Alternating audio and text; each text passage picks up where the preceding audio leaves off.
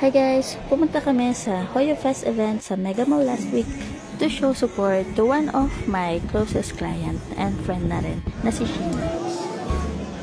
As a costume maker, it's an honor to be part of one of the biggest event this year. Nakaka-proud pag natutuwa talaga sila sa mga nagagawa naming costumes. And here is how I made this March 7th from Honkai Star Rail. We will start by taking her measurements. Siyempre, magdi-discuss pa kami about kung paano namin gagawin yung costumes, kung anong materials, and mga kailangan i-add, mga details. So, yun, after nang ma-finalize lahat, pumunta na ako ng Taytay kinabukasan. And yung mga nakita kong mga tela, sinesend ko sa kanya at pinapapili ko siya kung anong mas prefer. And after ko nga mamili, gumawa na ako ng pattern para may isend na ako dun sa magli-layout ng mga prints natin. And then, nag-start na ako dito sa costume niya at kailangan ko rin mag-overtime kahit gabi na kailangan ko pa rin mag-send sa kanya ng mga updates. Hindi na nga ako masyado nakakuha ng mga videos masyado sa paggawa nito kasi medyo rush na.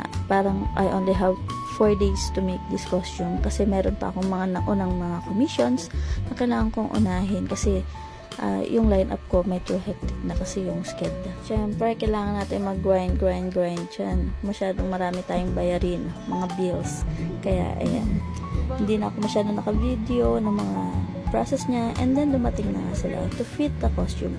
Ito, sobrang late na nito, nakakahiya. Parang mga 12 na yata na. Kaya sa kanila, nag-wait sila sa labas.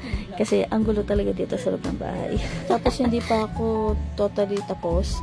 Yung, kasi parang kinabukasan may photoshoot sila. So, kailangan na nilang i-fit tsaka makuha yung costumes. Puti na lang maintindihin si Machine at tsaka si Yel. All in all naman, natapos ko siya. Ang kulang dito is yung shoes, which is hinabol ko siya ng umaga. Kasi parang nagpa-schedule sila ng photographer para meron siyang photos before the event. Ayan, habang finifit namin yung costume ko, sobrang compliment na doon sa costume. Ayan, tuntua talaga si Shin, kinikilig siya. Kahit ako, kinikilig ako pag sinusuot na niya kasi ang cute kasi ng color, tapos sakto lang sa kanya. Yung skirt niya, minodify talaga namin siya as maikli kasi para makita yung haba ng legs niya. Kaya, ganyan siya, yung lens skirt. Parang di siya pagod, no? Alas 12 na yan, pero nagsasayaw pa rin. Nakataas ang energy ng isang Shin Gonzaga.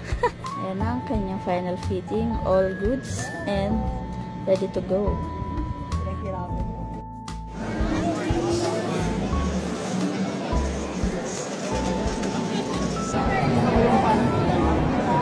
Hello.